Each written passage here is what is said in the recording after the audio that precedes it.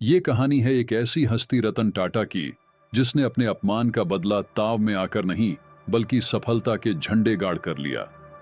इससे पहले अगर आप चैनल पर नए हैं तो इस वीडियो को लाइक और चैनल को सब्सक्राइब कर घंटा बजाना ना भूलें।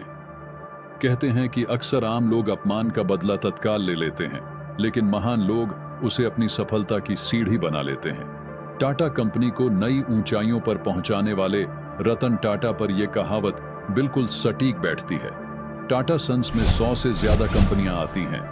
इन कंपनियों में सुई से लेकर स्टील, चाय से लेकर 5 स्टार होटल तक और नैनो से लेकर हवाई जहाज तक सब कुछ मिलता है।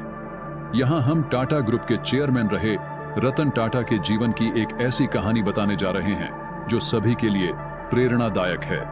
कहानी जानने से पहले हम रतन टाटा के बारे में जान लें तो इस कहानी को समझने में और आसानी रहेगी। रतन टाटा की जिंदगी उतार चढ़ावों से भरी रही है। उनका जन्म 28 दिसंबर 1937 को हुआ था। वे टाटा समूह के संस्थापक जमशेदजी टाटा के दत्तक पोते नवल टाटा के बेटे हैं। रतन टाटा ने IBM की नौकरी ठुकराकर टाटा ग्रुप के साथ अपने करियर की शुरुआत साल 1961 में एक कर्मचारी के तौर पर की थी, लेकिन साल 1991 आते आते वे टाटा ग्रुप के अध्यक्ष बन गए। 2012 में वह रिटायर हो गए।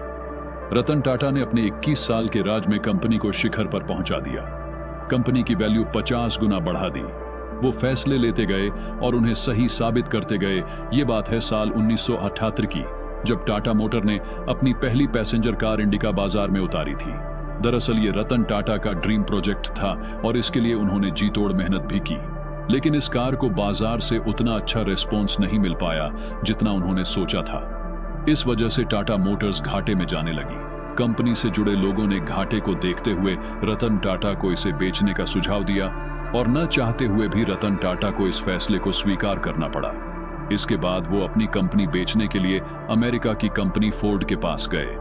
रतन टाटा और फोर्ड कंपनी के मालिक बिल फोर्ड की बैठक कई घंटों तक चली। इस दौरान बिल फोर्ड ने रतन टाटा के साथ अच्छा व्यवहार नहीं किया और कहा कि जिस व्यापार के बारे में आपको जानकारी नहीं है उसमें इतना पैसा क्यों लगा दिया। ये कंपनी खरीदकर हम आप पर एहसान कर रहे हैं। ये शब्द बिल फोर्ड के थे, लेकिन रतन टाटा के दिल और दिमाग पर छप गए। अपमान का घूंट पीकर इस डील को कैंसिल कर चले आए। बिल फोर्ड का वह अपमानित करने वाला वाक्य उन्हें लगातार बेचैन कर रहा था और उनकी रातों की नींद उड़ी पड़ी थी। बस इसके बाद रतन टाटा ने निश्चय कर लिया कि वो अब इस कंपनी को किसी को नहीं बेचेंगे और लग गए कंपनी को ऊंचाइयों पर पहुंचाने के काम में। इसके लिए उन्होंने एक रिसर्च टीम तैयार की और बाजार का मन टटोला। इसके बाद की कहानी सभी को पता है कि भारतीय बाजार के साथ साथ विदेशों में भी टाटा इंडिका ने सफलता की नई ऊंचाइयों को छुआ। तो वहीं इस घटना के बाद से फोर्ड कंपनी का पतन शुरू हो गया।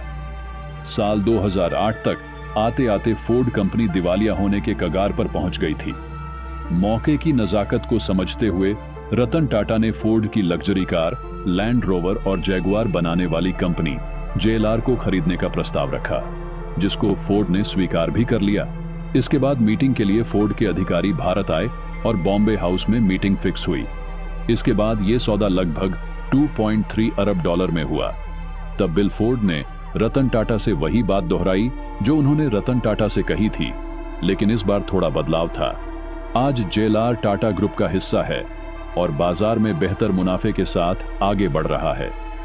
रतन टाटा चाहते तो उसी समय बिल फोर्ड के साथ हुई मीटिंग में उनकी बात का जवाब दे देते, लेकिन कहा ना कि महान लोग अपनी सफलता से लोगों को जवाब दिया करते हैं।